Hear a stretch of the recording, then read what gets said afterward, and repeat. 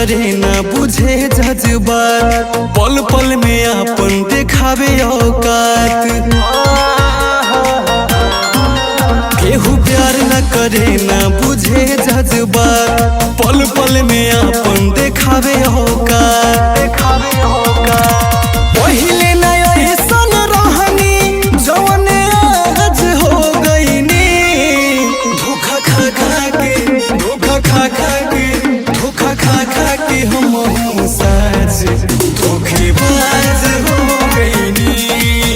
धोखा खा खा के हम सच धोखेबाज हो गईनी।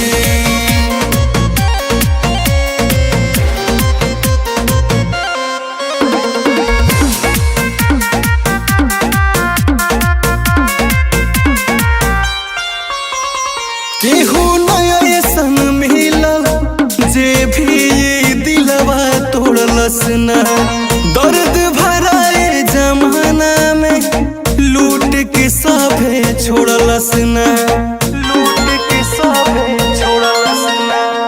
केहू नया ऐसन मिलल जे भी ये दिलवा तोड़लस ना, दर्द भरल ये जमाना में लूट के सभे छोड़लस ना। खुला किताब के अब हम राज हो गईनी। धोखा खा खा के हम सच धोखेबाज हो गईनी। धोखा खा खा के हम सच धोखेबाज हो गईनी।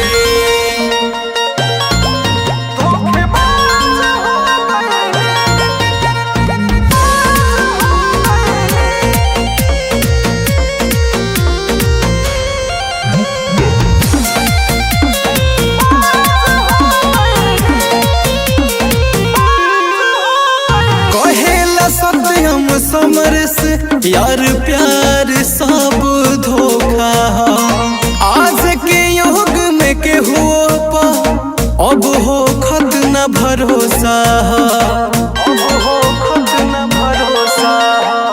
कहेला सत्यम समर से यार प्यार सब धोखा, आज के युग में केहू पा अब हो खत न भरोसा। झूठ फरेब के दुनिया से हम बाज हो गईनी। धोखा खा खा के हम सच धोखेबाज हो गईनी। धोखा खा के हम सच धोखेबाज